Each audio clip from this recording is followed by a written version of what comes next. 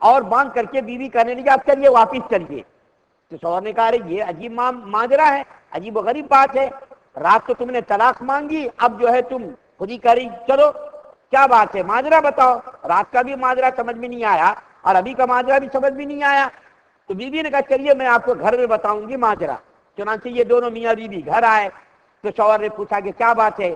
تو بیوی نے کہا کہ جب سے میں آپ کے گھر میں آئی ہوں میں نے ذرہ برابر دکھ اور تکلیف نہیں دیکھی.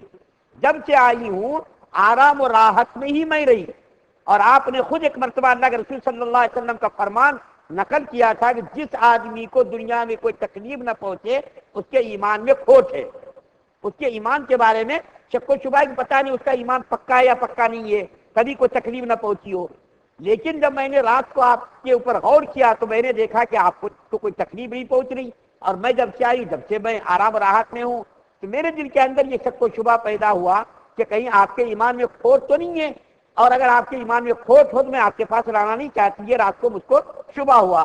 لیکن جب دونوں ہم صبح چلے راستے میں آپ کو ٹھوکر لگی, خون نکلا, تو میں سمجھ گئی کہ آپ کے ایمان میں کوئی کھوٹ نہیں, آپ کو آزمائش کے اندر اللہ تعالیٰ نے ڈالا, خون نکلا اور آپ کو تکلیف پہنچی. میں سمجھ گئی کہ آپ کا ایمان پکا ہے, آپ کے ایمان میں کوئی کھوٹ نہیں. آج کی عورت ایسا کر سکتی کیا؟ آج کی عورت تو ساری زندگی آپ آرام راحت پہنچائیے, ان کو زیورات سے لد دیجیے, بہترین بہترین قسم کے کپڑے لا کر کے رکھ دیجیے, لیکن ذرا سی تکلیف پہنچ گئی آج کے زمانے فوراً سیل فون پہ بات, ماں کو بات کر رہی, باپ کو بات کر رہی ہے, بھائی کو شکایت کر رہی, پورے خاندان کی شکایت کر رہی ہے. ذرا ساس سے تکلیف پہنچ گئی, ذرا نند سے تکلیف پہنچ گئی, ذرا خاندان کے لوگوں سے کوئی تکلیف پہنچ گئی, شکوے شکایت کا پنڈارا کھل جاتا, شکوے شکایت کا بالکل ماحول بن جاتا. پھر ماں بھی ادھر سے داماد کو ڈراتی ہے, ساس کو ڈراتی ہے, کیس بک کرنے کی دھمکی دیتی ہے ساس, کیس بک کرنے کی دھمکی دیتا سسور, اور بھائی وغیرہ ذرہ برابر بھی آج تکلیف اٹھانے کے لیے کوئی تیار نہیں. دیکھیے صحابہ کرام کے یہ واقعات, ان کی مثالیں ہمارے سامنے. ایک حدیث بیان کر کے میں بات کو ختم کرتا ہوں, لمبی بات ہو رہی گنجائش نہیں ہے. حضرت خباب رضی اللہ تعالیٰ عنہ جب یہ مسلمان ہوئے تو ان کے مسلمان ہونے پر کافروں نے ان کو بڑا ستایا, بہت زیادہ پریشان کیا. جن کی گرمی میں اور رات کو غلاموں کے حوالے کر کے ان کو مارا جاتا تھا, اور جن کی گرمی میں تپتی ہوئی ریت پر ان کو لٹا کر کے ان کے سینے پر وزنی پتھر رکھا جاتا تھا, کوڑوں سے مارا جاتا تھا. اتنی اذیت پہنچنے کے بعد ایک مرتبہ اللہ کے رسول صلی اللہ علیہ وسلم کی خدمت میں آئے. اللہ کے رسول صلی اللہ علیہ وسلم خانے کعبہ کی دیوار سے ٹیک لگا کر کے بیٹھے ہوئے تھے. انہوں نے آ کر کے شکایت کرنی شروع کر دی, یا رسول اللہ کافروں کے لیے بد دعا کر دیجیے. اذیت انتہا کو پہنچ گئی, اذیت جو تھی وہ انتہا کو پہنچ کے دعا کر دیجیے کافروں کی ہلاکت کے لیے. اللہ کے رسول صلی اللہ علیہ وسلم دیوار سے ٹیک لگائے بیٹھے تھے, سیدھے ہو گئے اور فرمایا اے خباب کیا تمہیں یہ بات معلوم نہیں, یہ تکلیف معمولی تکلیف, تم پریشان ہو گئے, معمولی تکلیف سے تم بالکل بیزار ہو گئے, کیا تم کو معلوم نہیں پہلی امتوں کے ساتھ لوگوں نے کیا معاملہ کیا؟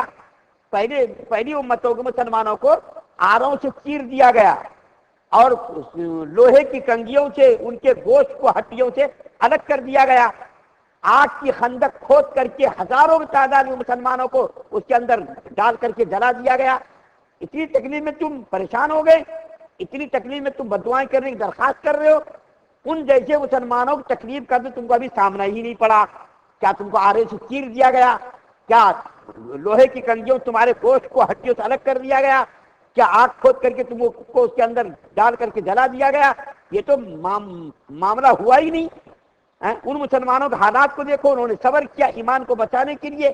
اللہ کے رسول صلی اللہ علیہ وسلم نے تسلی کے لیے حضرت خباب سے فرمایا. آخر آیت میں انبیاء کرام اس زمانے کی جن کو تکلیف پہنچی اور وہ مسلمان جو نبیوں پر ایمان لانے والے تھے, جب کافروں کی طرف سے اسلام کے دشمنوں کی طرف سے پہلی امتوں کا حال بیان ہو رہا کہ جب ان کو تکلیف پہنچی, تکلیف سے جب وہ لوگ پریشان ہو گئے تو ان کی زبان پر یہ اچانک جملہ آ جاتا تھا, متى نصر اللہ, اللہ کی مدد کب آئے گی, اللہ ہماری مدد کب کریں گے.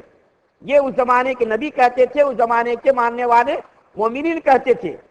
یہاں پر سوال ہے کہ کیا نبی کا یہ مقام کہ اللہ کے بارے میں ایسا وہ جملہ کہیں جس کے اندر شک و شبہ ہو؟ تو یاد رکھ لیجئے یہ کوئی شک و شبہ کی بنیاد پر انہوں نے ایسا نہیں کہا. کہ اللہ کی مدد کب آئے گی، ان کو شک و شبہ نہیں تھا، اللہ کی مدد کا وعدہ تھا، ان کو یقین تھا۔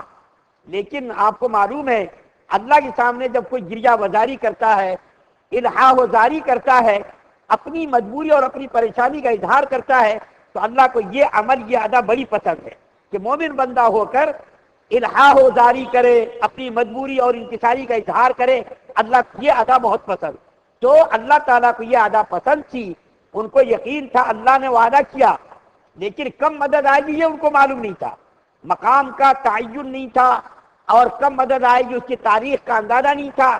بس وہ لوگ الحاح وزاری، اپنی مسکنت، اپنی مجبوری، اپنی انکساری کے لیے وہ کہتے تھے اللہ کی مدد کب آئے گی؟ تو اللہ تعالیٰ اس کو فرما رہے اللہ کی مدد بالکل عنقریب آئے گی، تم پریشان مت ہو، تم کو گھبرانے کی ضرورت نہیں، اللہ نے وعدہ کیا اللہ کی طرف سے مدد آئے گی، لیکن کب مدد آئے گی ان کو معلوم نہیں تھا، وقت کا تعین نہیں تھا، مقام کا تعین نہیں تھا۔ ان کو اتنا ستایا گیا، نبی اتنے بڑے مقام کے حامل، ان کی زبان پر یہ جملہ آ جاتا تھا بمقتضائے بشریت، کیونکہ وہ بھی انسان تھے، ہم بھی انسان ہیں، وہ بھی انسان تھے، تو بمقتضائے بشریت ان کی زبان پر یہ جملہ آتا تھا اللہ کی مدد کب آئے گی۔